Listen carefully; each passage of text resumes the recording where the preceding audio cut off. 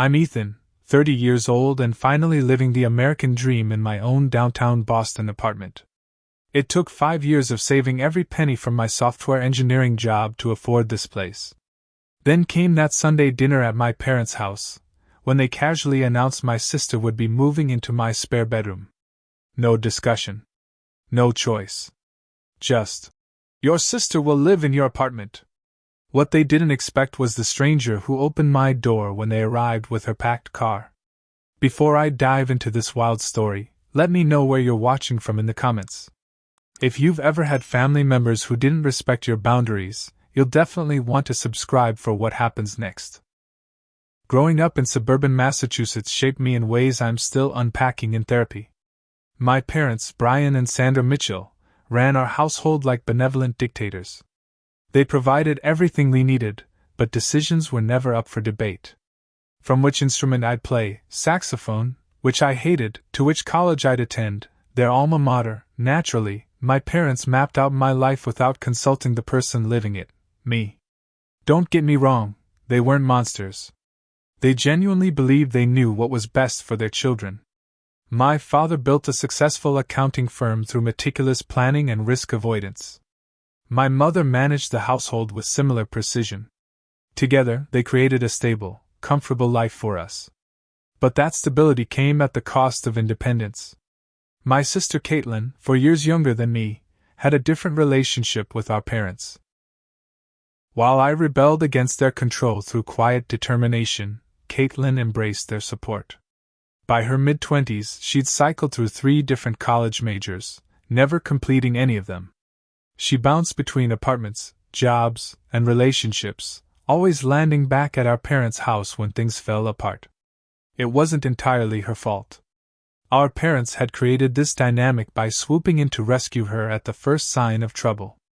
Car payment late? Dad would cover it. Roommate issues? Mom would help her move out that weekend. By constantly solving her problems, they prevented her from developing the skills to solve them herself. Meanwhile, I had fought hard for my independence.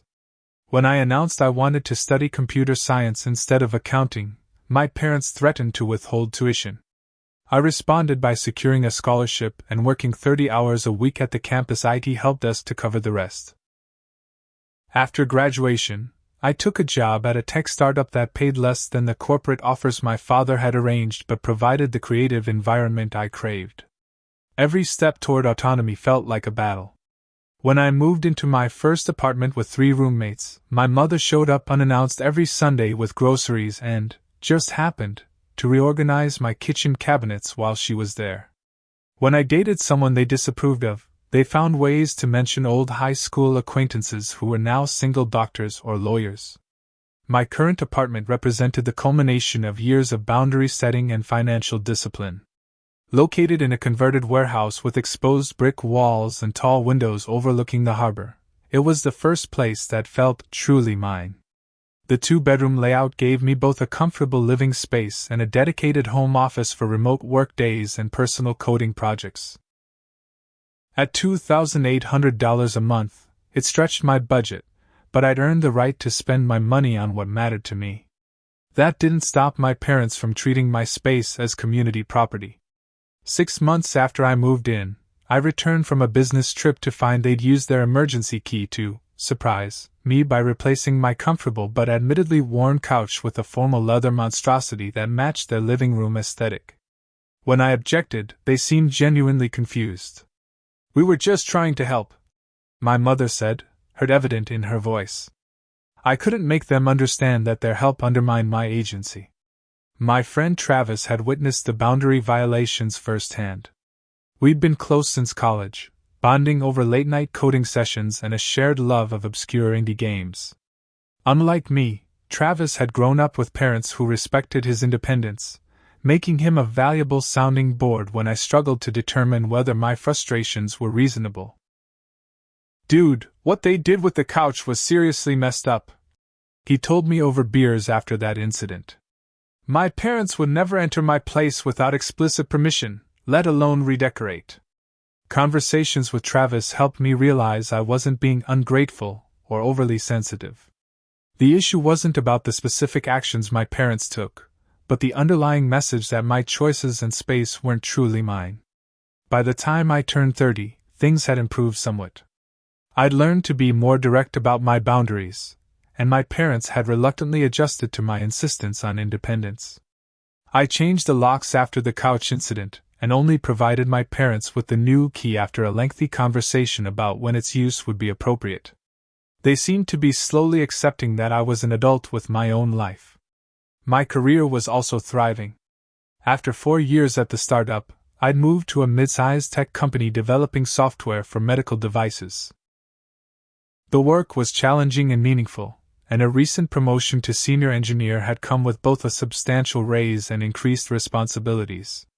I was leading a team implementing security protocols for devices that monitored cardiac patients remotely, literally life-or-death work that demanded focus and precision.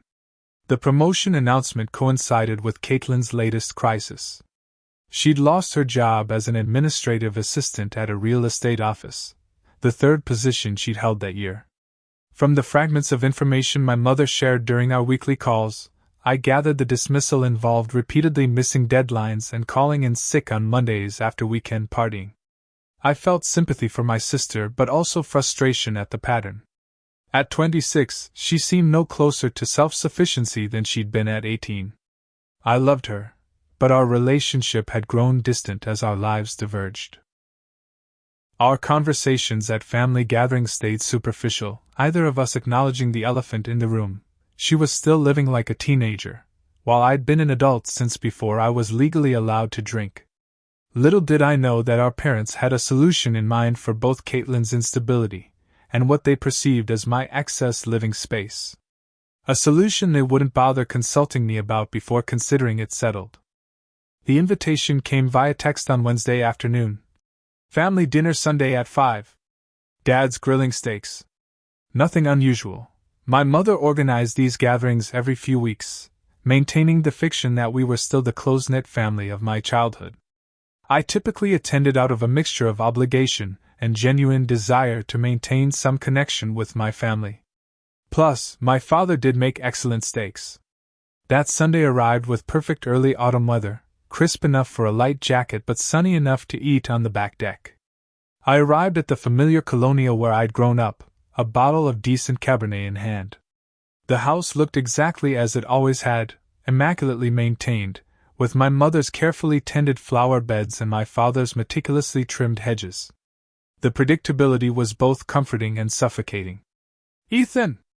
"Right on time." My mother greeted me with a quick hug, taking the wine with approving nods. "Your father's just starting the grill." Caitlin's running late, as usual. The next half hour followed the usual script. I helped my mother prepare the salad while making obligatory small talk about her garden club and my father's golf game. When Caitlin finally arrived, 20 minutes late and offering vague excuses about traffic, we moved to the deck where my father was tending to thick ribeyes with the focus of a surgeon. Dinner started pleasantly enough. The steaks were perfectly medium rare, the wine complemented the meal, and the conversation stayed in safe territory. My cousin's new baby, the neighbor's renovation project, a funny story about my father's client who tried to deduct his dog as a dependent. Caitlin seemed subdued, picking at her food and checking her phone frequently, but that wasn't unusual. It wasn't until my mother brought out apple pie for dessert that the atmosphere shifted. My father cleared his throat with that specific sound that always preceded an announcement. I braced myself, expecting news about a planned vacation or perhaps early retirement thoughts. "So, Ethan," he began, cutting into his pie with precision, "your sister will be living with you starting next weekend." The statement hung in the air, so casually delivered that for a moment I wondered if I'd misheard. I looked at my mother, who was smiling as if this was wonderful news. Then at Caitlin, who suddenly seemed very interested in her dessert. "What?" I finally managed. "Caitlin needs a fresh start," my mother explained, her tone suggesting this was a minor detail hardly worth discussing. "Her landlord is being completely unreasonable about a few late payments, and we think a change of scenery would be good for her." Your place has that spare bedroom you're just using for storage and exercise equipment. My brain raced to process what was happening. They weren't asking if my sister could stay with me. They were informing me that a decision had already been made. I didn't agree to this, I said slowly. It's only temporary. My father continued as if I hadn't spoken. Just until she gets back on her feet. You've got all that extra space downtown, and she needs to be closer to job opportunities. I won't be in your way much. Caitlin finally spoke, still not meeting my eyes. I'll be busy job hunting and stuff. The casual presumption left me speechless. My apartment, my sanctuary that I'd worked so hard for, was being reassigned without my consent. The spare bedroom they referred to was my home office, where I frequently worked on sensitive projects that required privacy and security clearance. Not to mention my personal space that I'd earned the right to enjoy however I chose. I can't just have someone move into my apartment, I finally said, struggling to keep my voice level. I have work considerations, security protocols for my job. And frankly, it's my space. Security protocols? My father scoffed. She's your sister, not an industrial spy. Ethan, we've always supported you. My mother added, her voice taking on the wounded tone that had historically been effective at making me feel guilty. When you needed help with your security deposit for your first apartment, who wrote that check? Family helps family. That was a loan that I repaid within 3 months, I pointed out. This isn't up for debate, my father said firmly. Caitlin needs help, and you have the means to provide it. That's what family does. I looked at Caitlin, hoping for some recognition of how inappropriate this was, but she just shrugged. It's not like I'm thrilled about it either, she said, a hint of defensiveness creeping into her voice. But Mom and Dad think it's best. In that moment, I realized I was facing a crossroads. I could explode with justified anger, creating a scene that would change nothing except to brand me as the selfish son. Or I could appear to acquiesce while formulating a plan that would finally establish my boundaries once and for all. I chose the latter. I see, I said, taking a slow sip of water. And when exactly is this happening? The tension visibly drained from my parents' postures. My mother smiled with relief. We'll help her move next Saturday. She doesn't have much furniture since the apartment was furnished, so it's mainly just her personal belongings. For the remainder of dinner, they discussed logistics as if everything was settled, which bed linens Caitlin would need, whether she should bring her small television or use mine, how they'd divide the moving between 2 cars. I remained largely silent, offering non-committal responses when directly addressed. As I drove home later that evening, my knuckles white on the steering wheel, I realized that my silence had been interpreted as consent. My parents had taken my lack of continued protest as agreement. They'd done this my entire life. Wearing down my objections until I gave in, then acting as if I'd been on board all along. But this time would be different. This time, I wouldn't just complain and then comply. This time, I would show them that my boundaries were not suggestions but hard lines that could not be crossed without consequences. I just needed to figure out exactly how to do that. Monday morning found me staring at my coffee maker, sleep-deprived and anxious. I'd spent most of the night cycling between anger, guilt, and strategic planning. The family dinner kept replaying in my head, the casual way they'd announced their decision, the dismissal of my objections, the assumption that my life could be rearranged at their convenience. I called Travis during my lunch break, stepping out of the office to pace around the building's courtyard as I recounted the previous night's ambush. They did what? Travis's indignation validated my own. They can't just assign your sister to live with you. You're not running a halfway house. Try telling them that. I sighed, kicking at a stray pebble. In their minds, it's already done. My mom texted this morning asking if Saturday at 10 a.m. works for moving day. Did you respond? Not yet. I'm trying to figure out the best approach. Travis was quiet for a moment. You know what would be poetic justice? If they showed up and someone else answered the door. Like, sorry, Ethan's not available to take in strays right now. I laughed, but the idea took root. That's actually not bad.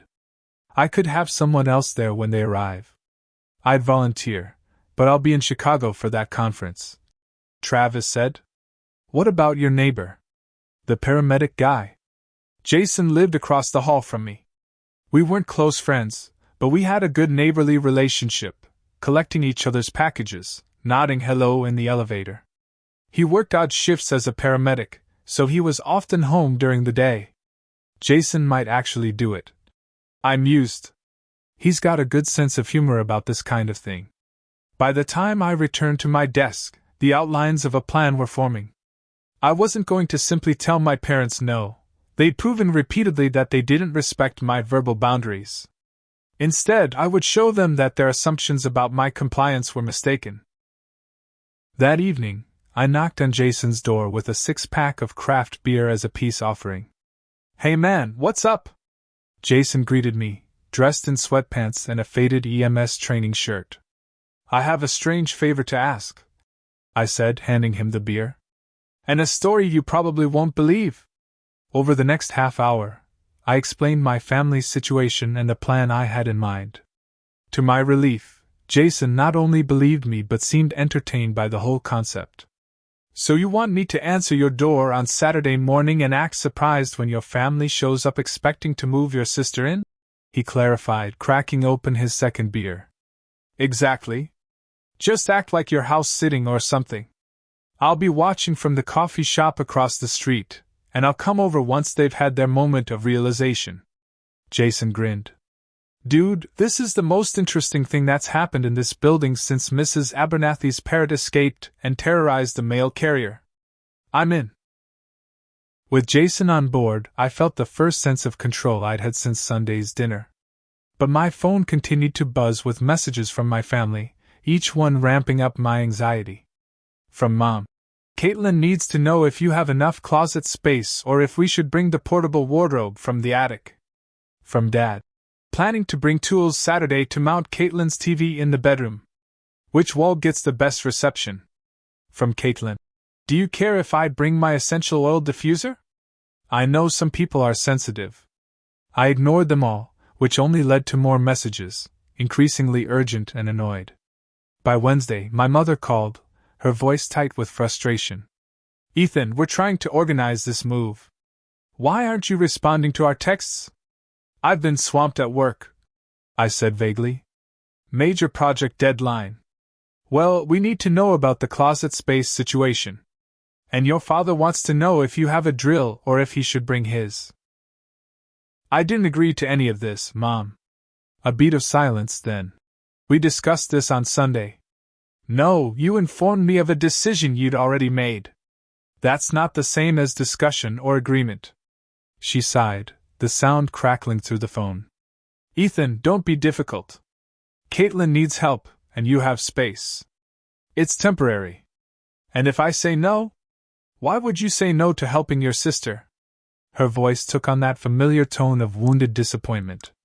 After everything we've done for you? It was pointless.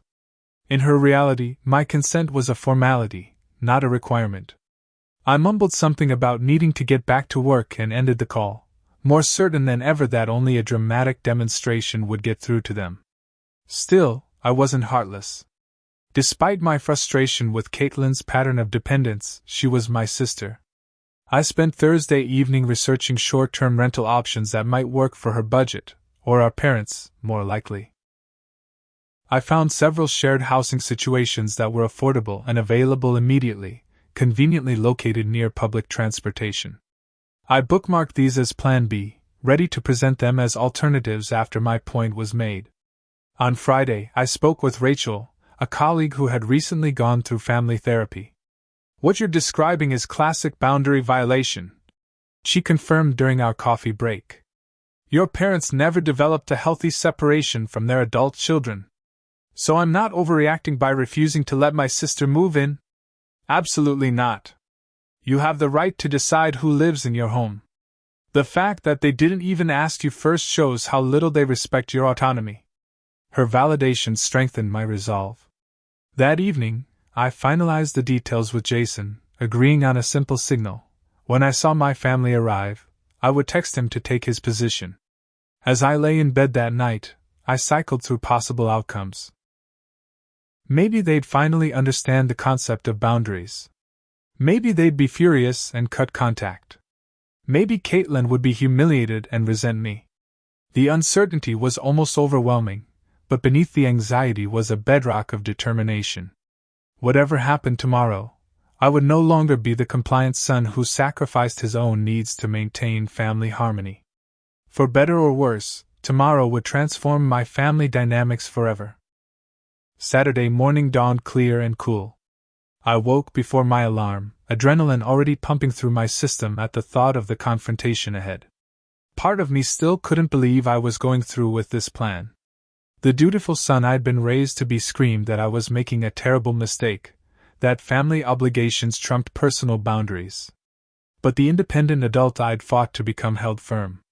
I dressed carefully in jeans and a button-down shirt, casual enough to maintain the fiction that this was just another weekend, but put together enough to project confidence when the inevitable confrontation occurred.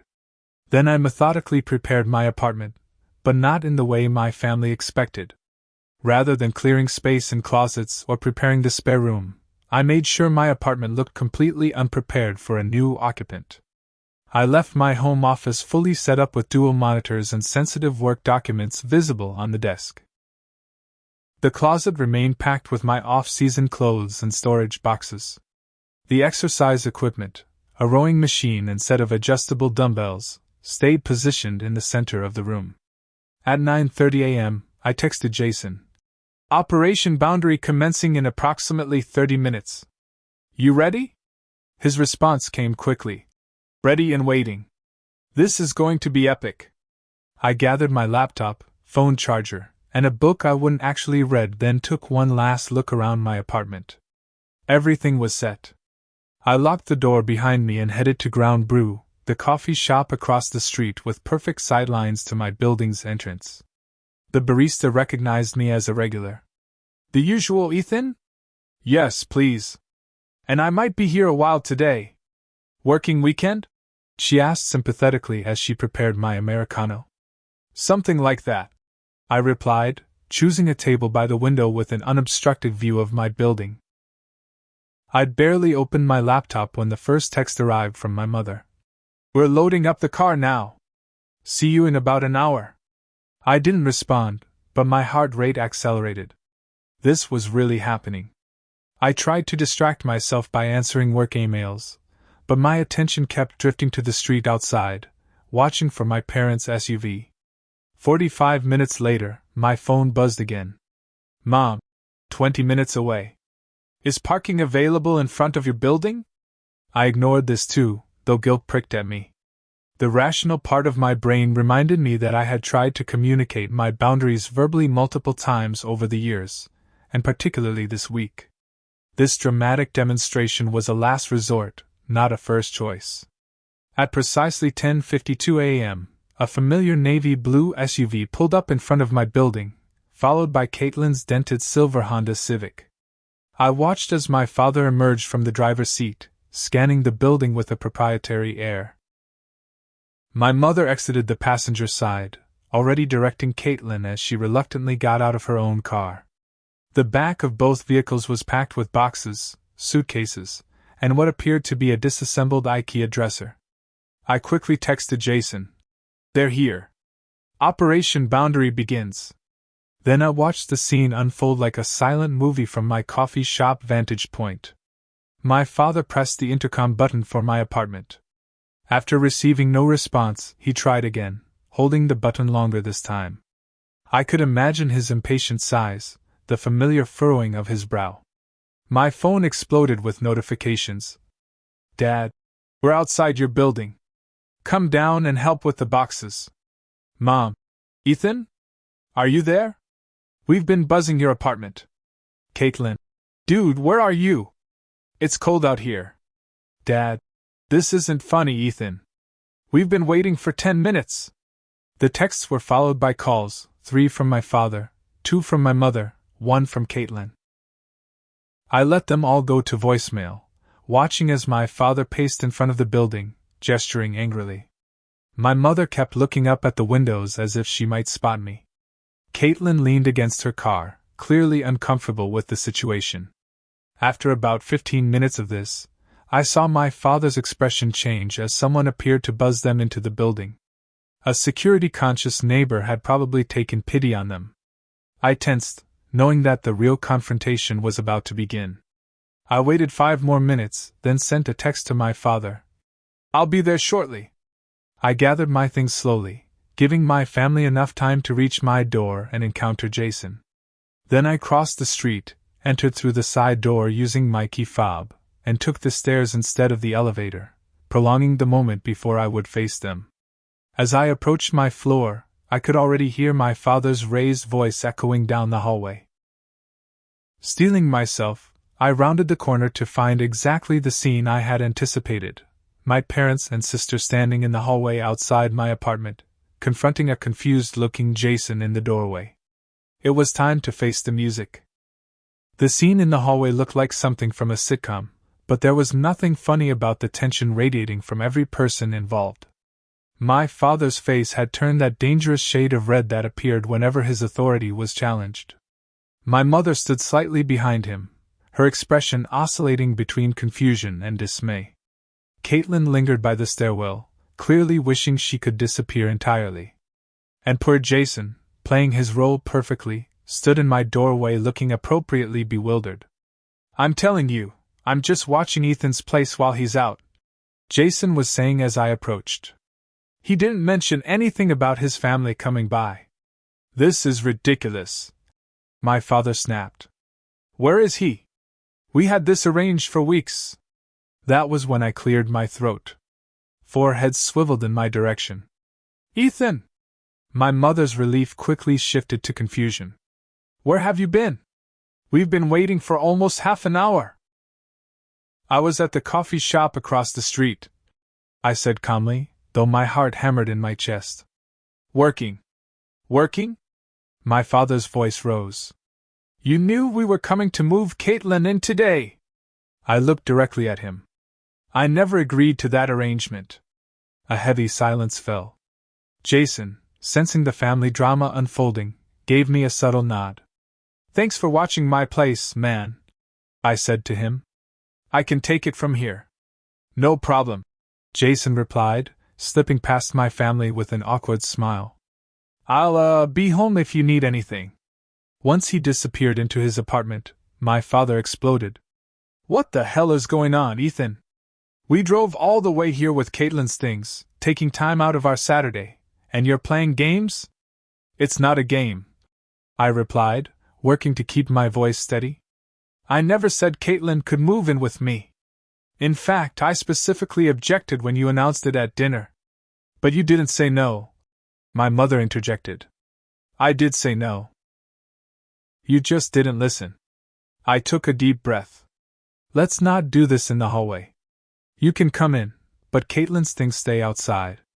My father looked like he might refuse on principle, but my mother placed a restraining hand on his arm. The 4 of us entered my apartment, the door closing behind us with an ominous click. Inside, the evidence of my lack of preparation was immediately apparent. My mother's eyes darted around, noting the unchanged spare room visible through the open door. "You haven't made any space," she said quietly. "Because I didn't agree to this arrangement," I repeated. My father paced the living room, too agitated to sit. "So what was the point of this stunt? To humiliate your sister? To waste our time?" "The point was to show you that you can't make decisions about my life without my consent." I looked at each of them in turn. "This is my home. I decide who lives here." "She's your sister," my mother said, as if that single fact overrode all other considerations. "Yes, and I love her," I acknowledged, glancing at Caitlin, who had positioned herself as far from the conflict as possible. "But that doesn't mean I'm obligated to share my living space. After everything we've done for you," my father began, his voice dangerously low. "The sacrifices we've made. The support we've given. And you can't do this one thing for your family?" I've been supporting myself entirely since college graduation, I reminded him. And the one thing you're asking is for me to give up my privacy, my space, and potentially jeopardize my job security for an indefinite period of time. It wouldn't be indefinite, my mother interjected. Really? What's the end date? What's the plan for Caitlin to become self-sufficient? The questions hung in the air unanswered. My phone buzzed in my pocket. I ignored it, focusing on the conversation. I can't believe how selfish you've become, my father said, shaking his head in disgust. This isn't how we raised you. Actually, it is, I countered. You raised me to be responsible, to work hard, to be independent. I've done all those things. The problem is you can't accept that independence means I make my own decisions, even when you disagree with them. My mother's eyes filled with tears. We're just trying to help Caitlin like we helped you. But you're not helping her, I said, softening my tone slightly. You're making her dependent. Every time she faces a consequence for her choices, you step in and fix it. How will she ever learn to stand on her own? Don't talk about me like I'm not here. Caitlin finally spoke, her voice tight with embarrassment and anger. This is humiliating enough without you psychoanalyzing me. I turned to her. I'm sorry this is uncomfortable, Caitlin. I genuinely am. But this situation was created without my consent, and I'm not going to pretend that's okay. My phone buzzed again. This time, I glanced at it briefly. It was a text from Jason. Everything okay in there? Sounds intense. My father noticed the distraction. Who's that? Your friend who helped you orchestrate this little ambush? This wasn't an ambush, I said firmly. It was a boundary. Something I've been trying to establish verbally for years without success. If you don't help your sister, my father said, his voice dropping to that quiet, dangerous tone I remembered from childhood confrontations, don't consider yourself part of this family anymore. The ultimatum landed like a physical blow. Despite all my preparation, I hadn't expected him to go nuclear quite so quickly. My mother gasped softly, but didn't contradict him. I took a moment to steady myself before responding. If your definition of family requires me to surrender my autonomy, then maybe we need to redefine our relationship. My mother began to cry in earnest now. How can you say such things? After everything we've done for you? There it was again, the constant reminder of parental sacrifice as a justification for controlling my adult life. The emotional manipulation I'd experienced since childhood. I appreciate everything you've done for me, I said carefully. But parents are supposed to raise children to become independent adults, not perpetual dependents. This isn't about independence, my father argued. It's about family loyalty and support. Support goes both ways, I pointed out. And it should include respect for boundaries. The conversation was going in circles. It was time to offer an alternative. Look, I'm not refusing to help Caitlin, I said, turning to my sister who had remained silent. I've actually researched some shared housing options that are available immediately. They're affordable, close to public transportation, and would give you independence while you get back on your feet. I pulled out my phone and showed her the listings I'd bookmarked. I'm willing to help with the security deposit, and even the first month's rent if necessary. Caitlin looked at the screen with genuine interest, but our father snatched the phone from my hand. This is your solution? Pawning your sister off on strangers instead of helping her yourself? Brian, my mother said tentatively, maybe we should look at these options. No, he said firmly, handing my phone back roughly. If Ethan doesn't want to help his own sister, we're done here. Caitlin will stay with us until she finds a place of her own. Dad, Caitlin started. We're leaving, he cut her off. All of us. He strode to the door, expecting everyone to follow as they always had. My mother hesitated, conflict evident on her face. Ethan, please reconsider, she pleaded quietly. Family should come first. I agree, I said. But families should also respect each other. I'm sorry, Mom. With a last tearful look, she followed my father. Caitlin lingered behind, an unreadable expression on her face. For what it's worth, I didn't ask them to do this, she said. They decided it was the solution without really consulting me either.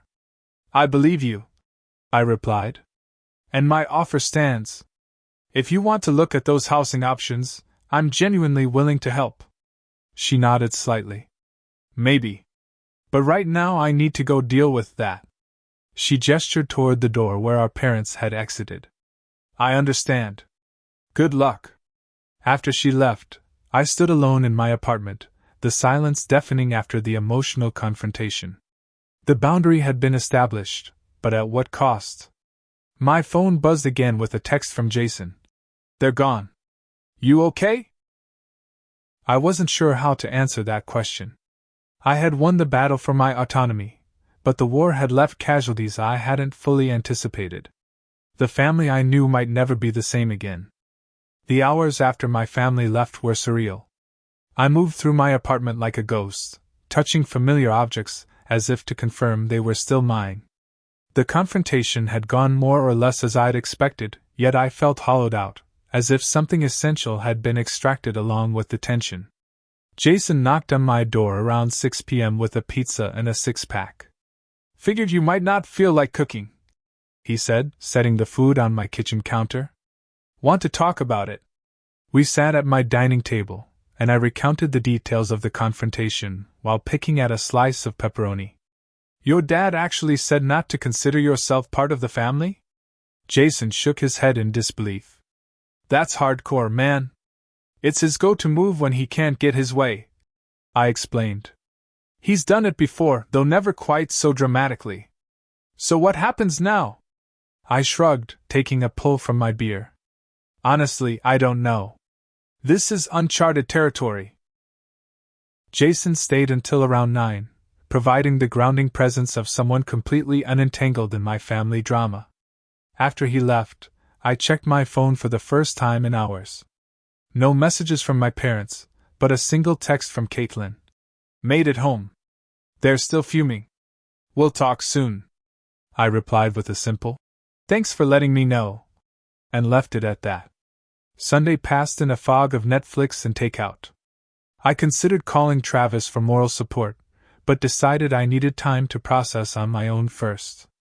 By Sunday evening, the initial shock had worn off, replaced by a strange sense of lightness.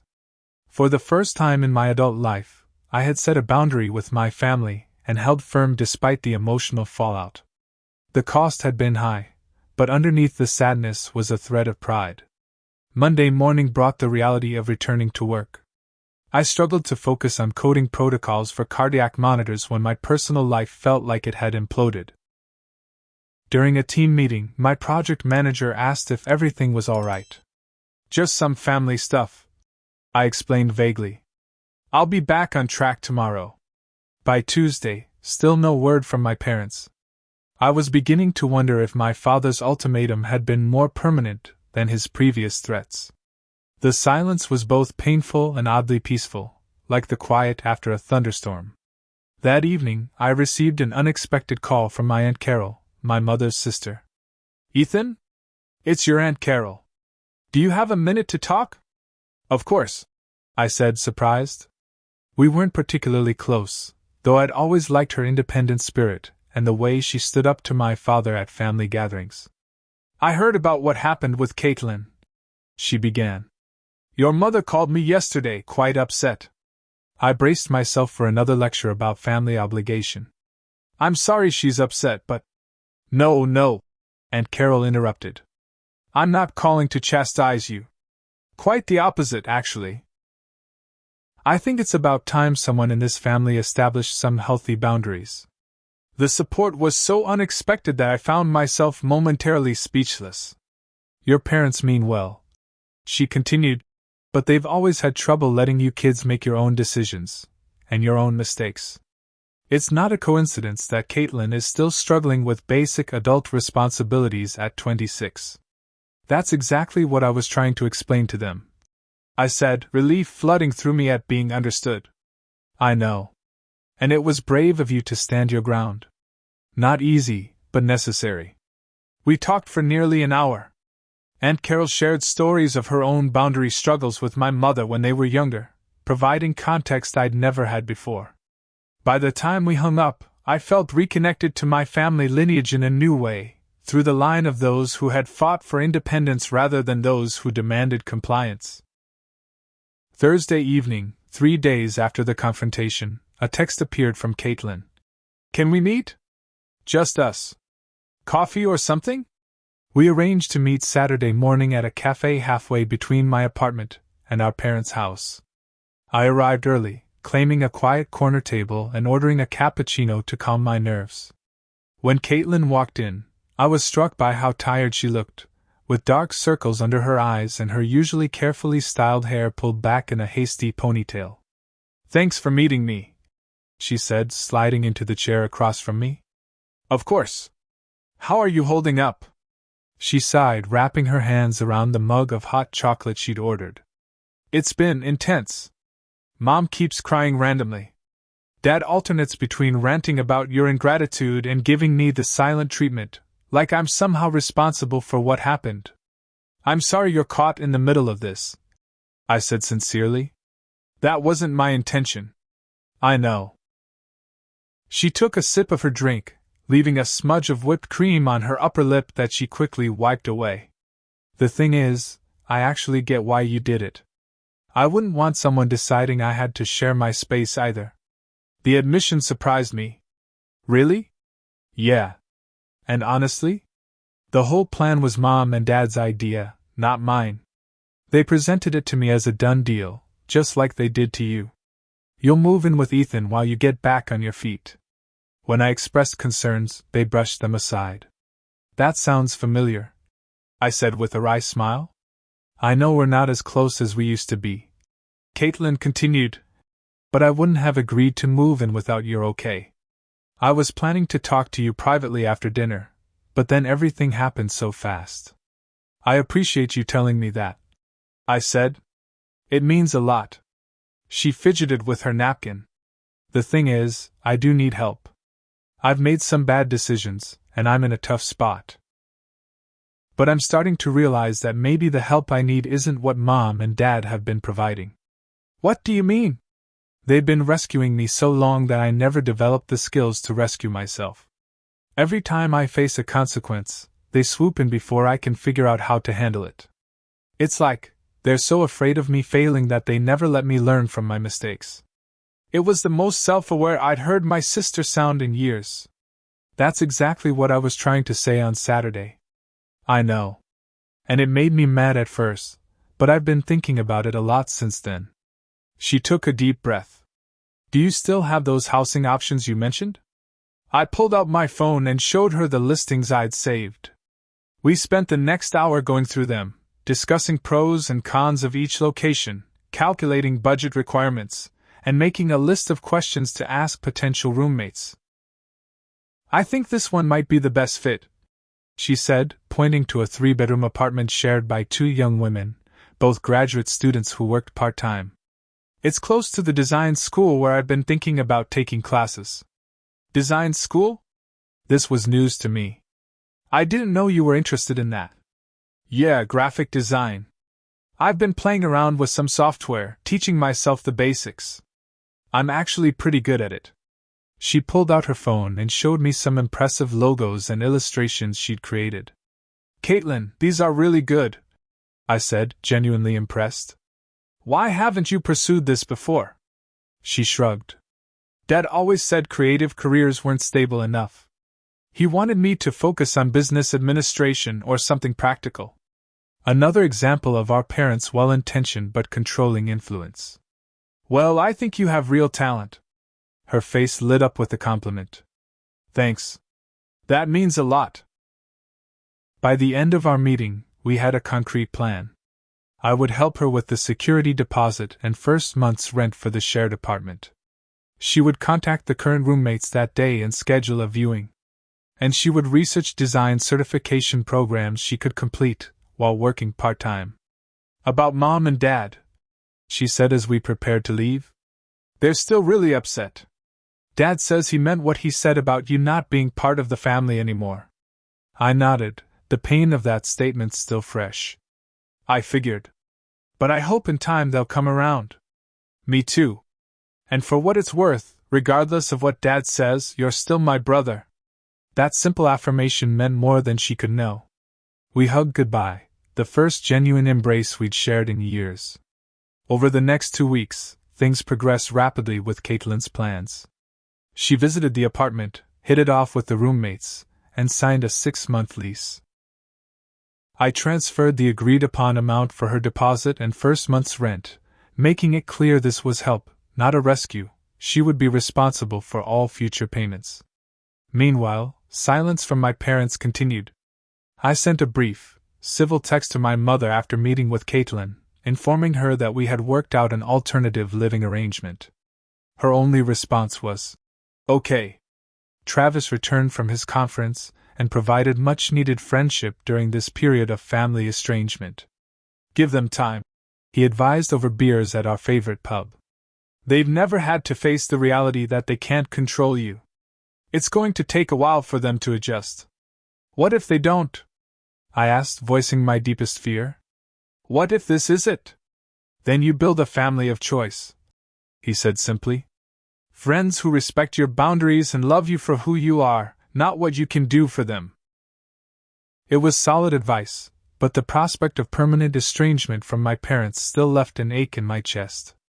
Despite our complicated history, they were still my family. I hadn't set this boundary to punish them, but to establish a healthier relationship moving forward. 3 weeks after the confrontation, Caitlin moved into her new shared apartment. I helped her transport the few boxes our parents had packed for my place, plus some additional items she collected from their house. We spent the afternoon arranging her new room, then celebrated with takeout Chinese food shared with her new roommates, who seemed like genuinely nice people with ambitions and responsibilities of their own. "This feels weird," Caitlin admitted as I prepared to leave. "Living with strangers instead of family." "They won't be strangers for long," I assured her. "And hey, I'm just a 30-minute drive away if you need anything. Just make sure to call first," I added with a smile. "Boundaries," she nodded, returning the smile. "I'm learning." That night, I received a text from her. "Thank you for helping me find this place instead of just taking me in. I think this is going to be good for me." It was the first time in our adult lives that I felt like we were building a relationship based on mutual respect rather than shared history and obligation. Maybe something positive could emerge from this family crisis after all. 2 months after the Saturday morning confrontation that reshaped my family dynamics, I stood in Caitlin's new shared apartment, helping her assemble a desk she'd purchased for her graphic design projects. The apartment had transformed from a space where she stored her belongings to a home where she was building a new life. Artwork she'd created hung on the walls, her books filled a small bookshelf, and her roommates had become genuine friends rather than convenient strangers. "Hand me that Allen wrench?" she asked, pointing to the IKEA toolkit spread across the floor. As I passed it to her, I marveled at the changes in my sister. She seemed more confident, more focused than I'd seen her in years. The 3-bedroom apartment she shared with Emma and Jasmine wasn't as spacious or centrally located as my place would have been, but it provided something far more valuable: independence coupled with peer accountability. "How's the design course going?" I asked, holding a drawer steady while she secured the runners. "Really good. The instructor said my portfolio is already strong enough to start taking some freelance jobs." Pride colored her voice. "I actually landed a small gig designing a logo for Emma's brother's startup." "That's fantastic, Caitlin. It's just a small project, but it's a start." She paused, screwdriver in hand. "You know what's weird? I think if I had moved in with you, I wouldn't have pushed myself to do any of this. I would have fallen back into old patterns, letting someone else provide while I drifted." Her self-awareness reinforced my conviction that standing firm had been the right choice, despite the painful consequences. Those consequences remained significant. My relationship with our parents still hung in an uncomfortable limbo. After a month of complete silence, my mother had begun sending occasional texts, primarily practical questions about holiday planning or family birthdays. My father maintained his position that I had chosen my comfort over family loyalty, an unforgivable transgression in his worldview. "Have you talked to Mom and Dad this week?" Caitlin asked, as if reading my thoughts. "Mom called yesterday. Brief conversation, mostly about Thanksgiving." The approaching holiday loomed like a test of our fractured family system. Traditionally, Thanksgiving meant gathering at our parents' house for my father's meticulous turkey carving and my mother's secret recipe stuffing. This year, the arrangements remained uncertain. "Are you going?" Caitlin tested the desk drawer, adjusting it when it didn't slide smoothly. "I don't know yet. Mom invited me, but it was complicated. She said we would like you to join us, but then added, your father expects an apology first." Caitlin rolled her eyes. "Classic Dad. What about you?" I asked. "I told them I'd stop by in the afternoon, but I'm actually having lunch with Emma's family first. They invited all the roommates who aren't traveling home." She smiled slightly. It's nice to be included in someone else's traditions for a change. After finishing the desk assembly, we ordered pizza and talked more openly than we had in years. Caitlin shared her frustrations about our parents' continued attempts to direct her life, even from a distance. I confided my mixture of guilt and resolve about maintaining boundaries despite the relationship cost. We weren't just siblings by blood anymore, we were becoming friends by choice. The following Tuesday, I met Travis for our weekly happy hour. These gatherings had become an essential support during the family upheaval, a place where I could process my thoughts with someone who understood family dysfunction from his own experience. "So what's the verdict on Thanksgiving?" he asked, claiming a high-top table in the crowded bar. Still undecided. "Part of me thinks I should just apologize to keep the peace, even though I don't think I did anything wrong." Travis shook his head. "If you apologize without meaning it, you're just teaching them that they can violate your boundaries as long as they apply enough pressure." "I know you're right. But I miss them, as complicated as that sounds. For all their flaws, they're still my parents." "Of course you miss them," Travis said. "The goal was never to cut them off completely, right? It was to establish respect for your autonomy." That simple reframing helped clarify my thinking. The boundary I'd established wasn't meant as a punishment but as a foundation for a healthier relationship. Perhaps there was a middle path that maintained my self-respect while acknowledging the importance of family connection. The next morning, I called my mother. "Ethan?" She sounded surprised to hear my voice rather than receive a text. "Hi, Mom. I've been thinking about Thanksgiving, and I'd like to come. Your father still expects." "I know," I interrupted gently. "And I'm not going to apologize for establishing boundaries about my own living space. But I am sorry for the way it happened, the public confrontation, the hurt feelings. I could have handled it better." Silence stretched between us then. "I'll talk to your father." It wasn't quite acceptance, but it was an opening. 2 days later she called back. "Thanksgiving dinner is at 3, she said without preamble. "Your father says you're welcome to join us. Not the warmest invitation, but progress nonetheless." "Thank you. I'll be there." Thanksgiving Day arrived crisp and clear. I brought an expensive bottle of wine and a homemade apple pie that had taken me 3 attempts to get right. The atmosphere at my parents' house was strained but civil. My father shook my hand formally, as if greeting a business associate rather than his son. My mother hugged me with restrained warmth. Other relatives, my Aunt Carol, cousins, my father's brother and his wife, provided welcome buffers to the tension. Caitlin arrived midway through the meal, fresh from her lunch with her roommate's family, bringing a lightness that helped ease the awkwardness. She regaled the table with stories about her graphic design projects and her new roommates, carefully avoiding any mention of our recent family drama. As we gathered in the living room for coffee and dessert, my father cleared his throat. The familiar sound still triggered a Pavlovian tension in my shoulders. "I understand you've been helping Caitlin with her new situation," he said, his tone carefully neutral. "Yes," I replied simply. That was generous of you. Coming from my father, this qualified as effusive praise. I nodded acknowledgement, meeting his eyes directly. She's my sister. I want her to succeed. A barely perceptible nod in return suggested a fragile truce. We weren't back to normal. Perhaps we never would be. But we were finding a way forward that allowed for both family connection and personal boundaries. Later that evening, as I prepared to leave, my mother walked me to the door. This hasn't been easy for any of us, she said quietly. Your father and we're trying to understand. I know, Mom. And I'm not trying to hurt you or push you away. I just need you to respect that I'm an adult with my own life and choices. We always thought we were supporting you kids, she said, a hint of genuine confusion in her voice. We never meant to control you. I believe that, I said, and I did. Their intentions had always been protective rather than malicious.